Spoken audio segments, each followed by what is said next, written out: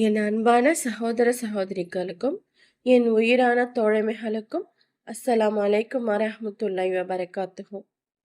எல்லாரும் எப்படி இருக்கீங்க? இன்னைக்கு நாம ரொம்ப யதார்த்தமான நம்மில் பல பேர் தினசரி அனுபவிக்கிற ஒரு பெரிய பிரச்சனையை பத்தி தான் பேச போறோம். நாம ஒரு நல்ல காரியம் பண்ண நினைச்சா அதுல ஏதாச்சும் ஒரு தடை வந்துடுது. கஷ்டப்பட்டு ஒரு தொழில் அல்லது வேலை ஆரம்பிச்சா நஷ்டமாயிடுது. கை கெட்டினது வாய் கெட்டாம போகுதுன்னு நீங்கள் என்னைக்காவது மனசு உடஞ்சு யோசிச்சிருக்கீங்களா? நம்ம வாழ்க்கையில் வர இப்படிப்பட்ட திடீர் முட்டுக்கட்டைகளையும் காரிய நஷ்டங்களையும் அடியோடு நீக்க திருக்குறளில் அல்லாஹ் காட்டியுள்ள ஒரு மாபெரும் ரகசிய வழியை பற்றி தான் இன்னைக்கு நாம் பார்க்க போகிறோம். வாங்க சகஜமாக பேசி தெரிஞ்சுக்கலாம். தோழமைகளே, முதல்ல நாம் ஒரு கசப்பான உண்மையை ஒத்துக்கணும்.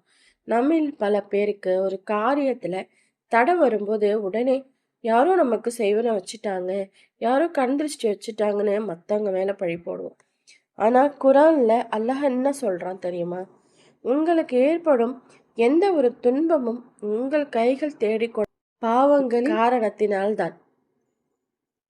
அதாவது நாம் நமது நப்சை மன இச்சையை கட்டுப்படுத்தாம செய்யும் சில தவறான பாதைகளும் பாவங்களும் தான் நமது நல்ல காரியங்களில் வந்து தடைகளாகவும் நஷ்டங்களாகவும் நிற்கின்றன. இந்த ஆன்மீக யதார்த்தத்தை 99% பேர் யோசிப்பதே இல்லை.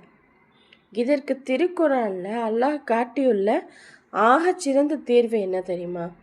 மூசா அலைஹி வஸல்லம் அவர்களின் வரலாற்றில் கிழுரு அலை அவர்கள் ஒரு சேதமடைந்த சுவரை எந்த ஒரு கைமாறும் எதிர்பாராம சரி செஞ்சிருக்காங்க.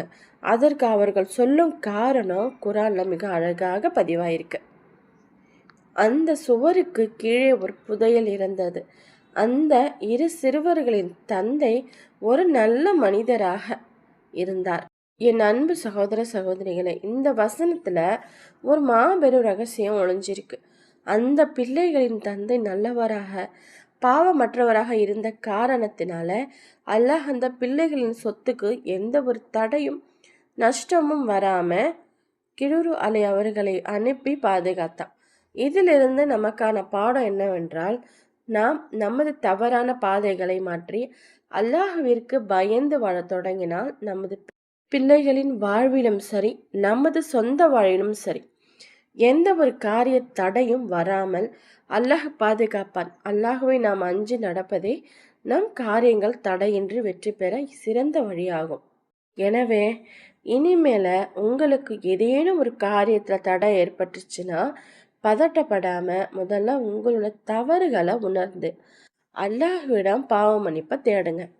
அதோட சேர்த்து குரான் காட்டும் இந்த திக்கரை எப்போதுமே நினைவில் வச்சுக்கோங்க.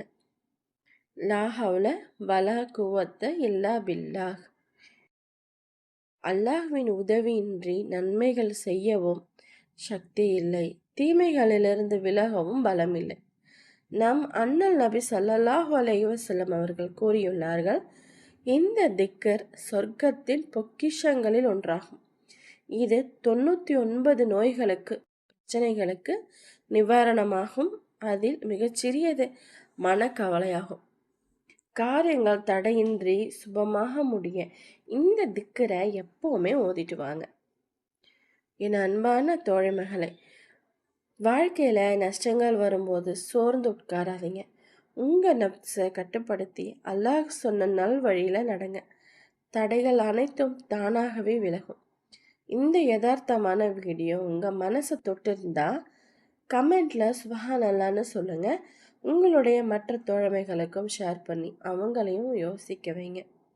நம்ம சேனலை மறக்காமல் சப்ஸ்கிரைப் பண்ணிவிட்டு சப்போர்ட் பண்ணுங்கள். இந்த பதிவு பயனுள்ளதாக இருக்கும்னு நான் நம்புகிறேன். அடுத்த இன்னும் நல்ல ஒரு பதிவில் உங்களை சந்திக்கிறேன். ஜஸக்கல்லாஹ் ஹைரன். அஸ்ஸலாமு அலைக்கும் வரஹ்மத்துல்லாஹி வபரகாத்துஹு.